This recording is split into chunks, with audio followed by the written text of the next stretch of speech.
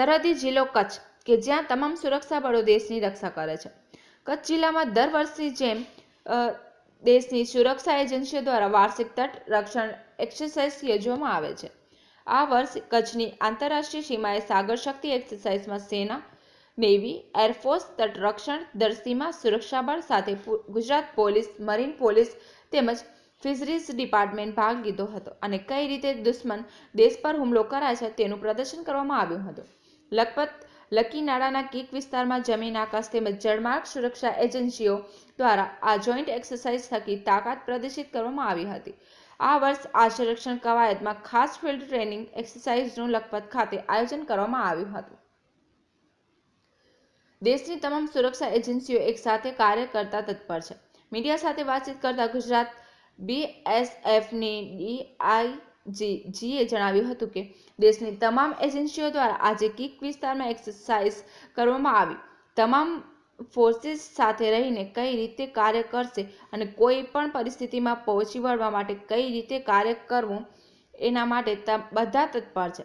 BSF 4050 ચોરસ કિલોમીટરની સુરક્ષા કરે છે અને ખાસ કરીને કીક વિસ્તારમાં BSFના જવાનો તૈનાત છે અને દેશની સુરક્ષા કરે છે। ત્યારે આ એક્સરસાઇઝ મારફતે તમામ જવાનોને જણાવ્યું હતું કે આવી કોઈ પરિસ્થિતિ સર્જાય તો કઈ રીતે જવાનોએ કાર્ય કરવું। ઉપરાંત કોર કમાન્ડ્સ પણ અહીં આવીને એક્સરસાઇઝ જોઈ અને સમજી અને અન્ય જવાનોને સૂચના પણ આપ્યું કે કઈ કઈ નવી વસ્તુ કરી શકાય છે। स्टोरी रमेश भानुशाली, नलिया, अबड़ासा, कच्छ। में देख रहे हो इस प्रकार की एक्सरसाइज से क्या फायदा मिलेगा सुरक्षा को? वो जो आप देख रहे हैं कि ड्रग्स की एक्टिविटी जो बढ़ी है वो इस सेक्टर से आगे है। मतलब ये मेनली समंदर में है। जो मेन सी है अरेबियन सी उसके अंदर ही आता है, जो क्रीक से आगे निकल जाएगा। वहाँ पे अगर आप देखें तो पिछले 3 साल में 2017 के आगे करीब 5000 किलो हेरोइन पकड़ी गई है अलग अलग एजेंसीज ने। उसमें कोस्ट गार्ड भी है, ATS भी है, पुलिस भी है, जो इंडियन नेवी भी है, DRI भी है, कस्टम्स है। उन सब लोगों ने मिलकर के जो काम किया उसमें उन्होंने इफ़ेक्टिवली करीब 5000 किलो से ज़्यादा हेरोइन पकड़ी, करीब लगभग 10 इंसिडेंट से टोटल। तो ये एक इंटरनेशनल ड्रग रूट है, ट्रेड का ड्रग रूट है, ये इंटरनेशनल ट्रेड रूट है ड्रग्स का। इसके ऊपर सारी एजेंसी सजग है और सभी जान रही हैं उनको क्या करना है। तो इस पर बड़ा इफेक्टिव तरीके से ये लोग काम कर रहे हैं, सारे सभी लोग शामिल तरीके से, और होगा इफेक्टिवली कंट्रोल होगा। आप देख रहे हैं इतनी बड़ी भारी तादाद में सीजर हुआ है। वेरज इस सेक्टर में जो जिस सेक्टर की हम अभी बात कर रहे हैं, यहाँ पे अगर देखें आप 2020 के बाद में कोई इंट्रूजन नहीं है, नॉट ए सिंगल बोट। न तो बोट एक बोट पकड़ी गई थी सर क्रीक के माउथ के ऊपर, जस्ट कोई 3-4 किलोमीटर उसमें IB के पास में। बाकी उसके अलावा हरामी नाला से मछुआरों का या बोट का कोई इंट्रूजन नहीं है। 2020 के बाद में हमने उसको कम्प्लीटली सील किया है। तो यहाँ इस इलाके में ड्रग्स की प्रॉब्लम नहीं है। यहाँ पे कुछ पैकेट चरस के ज़रूर पकड़े गए थे जो कि बह के आए हैं। पाकिस्तान में कराची के पास में उन्होंने शिप्स के से कोई फेंके हुए पैकेट बह के आए थे, वो चरस के पैकेट यहाँ पकड़े गए हैं। इसके अलावा इस इलाके में इंट्रूजन और वो ड्रग्स वाला दोनों ही केस नहीं है। ये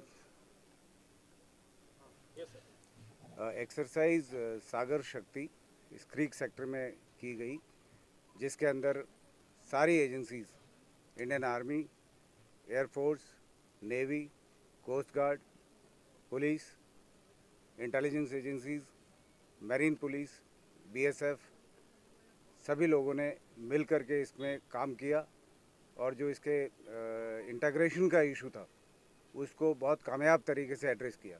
सारी फोर्सेस मिल के एक साथ किस तरीके से काम करेगी, किसी भी इवेंचुअलिटी में, किसी भी हालात को फेस करने के लिए सारी एजेंसीज एक साथ मिल के कैसे काम करेगी उस पर काम किया। और सभी देश की सुरक्षा के लिए कमिटेड है और देश की सुरक्षा के लिए कामयाब तरीके से सभी लोगों ने इसको समझा, अपने अपने रोल्स को, और कोई इश्यूज जिनके थे, प्रॉब्लम्स थी किसी की, उनको भी एड्रेस किया साथ साथ में। और BSF आप सभी जानते हैं कि क्रीक सेक्टर को जिसको BSF गार्ड करती है, लेकिन इसके साथ साथ BSF एक्सक्लूसिवली इसको क्रीक सेक्टर को पूरे 4050 स्क्वायर किलोमीटर इसको गार्ड करती है। इसके अंदर जो डिप्लॉयमेंट है उसके बारे में पूरा डिस्कशन हुआ। उसके जो कॉन्सेप्ट्स को देखा गया कि अगर ये इवेंचुअलिटी आई तो हम कैसे हैंडल करेंगे। और हमारे जो हाईएस्ट मिलिट्री कमांडर है यहाँ पे कोर कमांडर, उन्होंने आकर के खुद देखा और हर चीज़ को समझा। उन्होंने अपने तरीके से हमें बताया कि और क्या नई चीज़ें की जा सकती है और सब ने इसको समझा। Thank you. जय हिंद। क्या सामने आया, मतलब ये हाँ, आपने 4 दिनों पे चर्चा की, क्या मुश्किलें सामने आई और उसका हल के लिए क्या हमने सोचा? कोऑर्डिनेशन के जो इश्यूज थे, जैसे वैसे तो यहाँ पे एक आपकी सूचना के लिए मैं बताऊँ कि यहाँ पे COR फंक्शन करता है भुज में, सेंट्रल ऑप्स रूम। तो उसके जरिए सारी की सारी 20 एजेंसीज उसमें हैं। सभी एजेंसीज उसमें रेगुलर बेसिस पे मिलती हैं और कोई भी इशू होता है उसको एड्रेस करते हैं। यहाँ पे हमने लार्जर लेवल पे, एक बड़े लेवल पे Indian army, Indian air force, Indian navy, Indian coast guard, police, intelligence agencies, BSF, तमाम लोग सारे उन्होंने आकर के इस बात को समझा क्या प्रॉब्लम्स आ सकती हैं और उन सारी प्रॉब्लम्स को एड्रेस किया। जो चैलेंजेस इसमें होते हैं, कोऑर्डिनेशन के चैलेंजेस इश्यूज होते हैं, मल्टी एजेंसीज फंक्शनिंग के अंदर ये होता है हमेशा, उसको एड्रेस करना एक बड़ा अच्छा स्टेप रहा है, बहुत अच्छा स्टेप रहा। और हमने अपने जो वे फॉरवर्ड जो हमें दिमाग में था सबके, वो हमने समझा हमें और क्या आवश्यकता है उस पर विचार किया गया। सर, जिस प्रकार से ड्रग्स की हेरफेर की जो घटना है वो बढ़ रही है, मछुआरों पर आए दिन फायरिंग भी हो रहा है, क्या चुनौती आप? Yes sir. जैसे अभी सर ने बताया कि हमारा जो अभी मेन फोकस कोस्टल सेक्टर पे ही है और उसमें कोस्ट गार्ड के साथ हमारी कोऑर्डिनेशन बहुत अच्छी है और हम मिलके जॉइंट पेट्रोलिंग भी करते रहते हैं। तो जो हमारे पास जहाँ जहाँ पे भी कुछ कमियां हैं बोट्स की, जैसे आपने बताया, वहाँ पे हम अपने कोस्ट गार्ड के साथ मिलके पेट्रोलिंग करके हम जॉइंट पेट्रोलिंग के थ्रू उसको अपने मेकओवर करते हैं। But over period of time जो है हमारे जितने भी वल्नरेबल पॉइंट्स हमने आइडेंटिफाई किए हुए हैं अलोंग द कोस्ट, वहाँ पे मैन पावर डिप्लॉयमेंट प्लस हमारी जो प्राइवेट बोट्स के थ्रू भी हम पेट्रोलिंग करते आए हैं और वो हम और उसको कैसे स्ट्रेंथन कर सके उसके लिए हम कंटिन्यूसली वर्कआउट कर ही रहे हैं।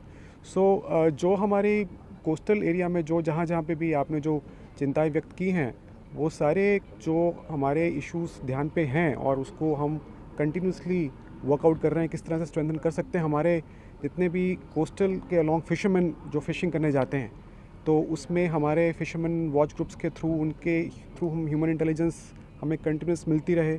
हमारी कोस्टल चेक पोस्ट, हमारे जो वहाँ पर लैंडिंग पॉइंट और फिशिंग पॉइंट पे हमारी डिप्लॉयमेंट थ्रू SRD सागर रक्षक दल जो है हमारे डिप्लॉयड रहते हैं।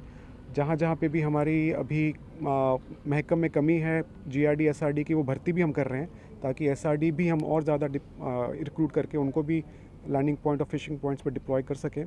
तो इस तरह से काफ़ी ज़्यादा जो आपने जो सवाल किया है, बिल्कुल वो उसके ऊपर पिछले कुछ टाइम से हम वर्कआउट कर ही रहे हैं। हम फीडबैक भी कंटिन्यूसली गवर्नमेंट को, हमारे जो हायर ऑफिसर्स को दे रहे हैं ताकि हमको वहाँ पे हमारी जो कैपेबिलिटीज़ इम्प्रूव करने के लिए हमको और रिसोर्सेज मिले। तो उस पर कंटिन्यूसली काम चल ही रहा है। सर, खास કરીને જખો બંદરથી જે બોટો ઓપરેટ થાય છે તેમાં ફિશરીઝ ડિપાર્ટમેન્ટની ખૂબ જ બેદરકારી હોય છે। કેટલા લોકો અંદર ફિશરિંગ કરવા માટે જાય છે અને પાછા ફિશરિંગ કરીને કેટલા લોકો પરત આવ્યા છે, કોઈ પણ લિસ્ટ હોતું નથી સર।